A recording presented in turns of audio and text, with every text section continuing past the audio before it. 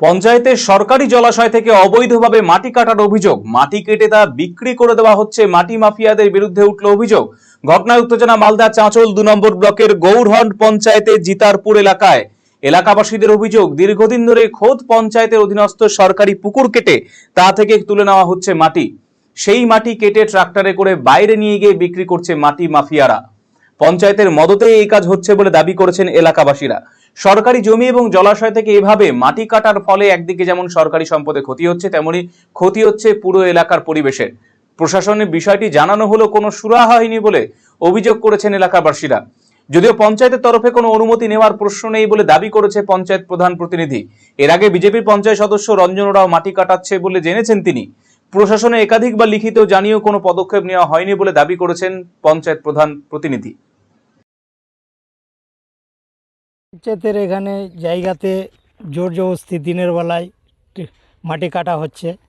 এবার দুর্নীতিভাবে পঞ্চায়েতের লোক এখানে বিনু এতে মাটি কাটতে লেগেছে, সরকারি লোক দেখে এসে তারপরে ট্রাক্টর এগুলো সব উঠিয়ে নিয়ে তাড়াতাড়ি ভেঙে চলে গেছে। বলছি আমরা অনুমতি না, কোনো বিনা অনুমতি ছাড়া এখানে কাজ করছে। আচ্ছা, পঞ্চায়েত প্রধান কোনো ব্যবস্থা নিচ্ছে না? কোনো ব্যবস্থা নিচ্ছে না। তাহলে কি পঞ্চায়েত প্রধান জড়িত আছে? তো এখানে প্রধানও জড়িত আছে। তো এইভাবে যে মাটি নিয়ে যে বিক্রি করছে তারা ভাটাতে বা আর কোথায়, কি চাইছেন এখন আপনারা? এটা সরকারিভাবে এটা দেখা উচিত, সরকারকে বন্ধ করা উচিত, এটা করা উচিত। কখন থেকে মাটি কাটা চলছে? মাটি কাটা তো অনেক দিন থেকে চলছে, এখানে প্রায় দিনের বেলায় গাড়ি চলছে, দেখতে পাওয়া যাচ্ছে। একটা কমপ্লেন জমা পড়েছিল, ওখানে গিয়ে দেখি যে রাত্রে অন্ধকারে ওরা মাটি কাটছে। যখন আমি জানতে পারি যে ওটা আমাদের পঞ্চায়েতের অধীনের পুকুর, ওই সংসদের একজন মেম্বার, বিজেপির মেম্বার, সে নাকি বলে মাটি কাটতে দিয়েছে। তখন বললাম যে ও কোথায় পারমিশন পেলো মাটি কাটতে দেওয়ার। তারপরে তো ওই মেম্বারের সঙ্গে কোনো যোগাযোগ হয়নি। তারপরে আমি প্রশাসনের দ্বারস্থ হয়েছি, যেমন আমি বিডিও সাহেবকে জানাইছি, আমি বিএলআরও সাহেবকে জানাইছি।